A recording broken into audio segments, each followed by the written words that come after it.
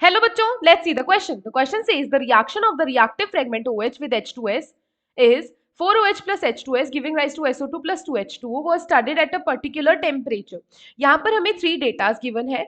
What is the rate in mole per liter per second at the instant when concentration of OH was 1.7 into 10 to the power minus 8 molar and concentration of H2S is 1 into 10 to the power minus 8 molar.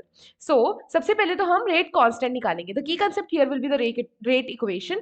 Rate equation क्या show करती है कि यहाँ पर K into concentration of reactants होते हैं, क्योंकि ये एक तरह की हमारे पास रिएक्शन है तो इसका हमने सिंपल रेट इक्वेशन लिख लिया. अब यहाँ से हम इसकी रेट कैसे निकालेंगे? हमारे पास rate of disappearance of H2S given है और ये हमने इसका रेट लिख लिया 10 to the power minus 6 upon concentration हम लिख लेंगे इन दोनों की 1.3 into 10 to the power minus 8 into 2.1 into 10 to the power minus 8 equal to यहाँ पर K की वैल्यू आ गई. सो K की वैल्यू आ जाएगी 5.1 into 10 to the power minus 9 per second.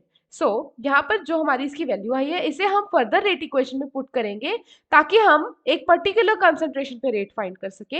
अब हम यहीं पर इस K की वैल्यू पुट करके जो कंसंट्रेशन हमें गिवन है OH की that is 1.7 into 10 to the power minus 8 और H2S की that is 1 into 10 to the power minus 8 इनसे वैल्यूज निकालेंगे तो जो हमारी वैल्यू होगी that would be 8.67 into 10 to the power minus 7 mole per litre per second. So here the answer would be option C. Hope you understood the concept.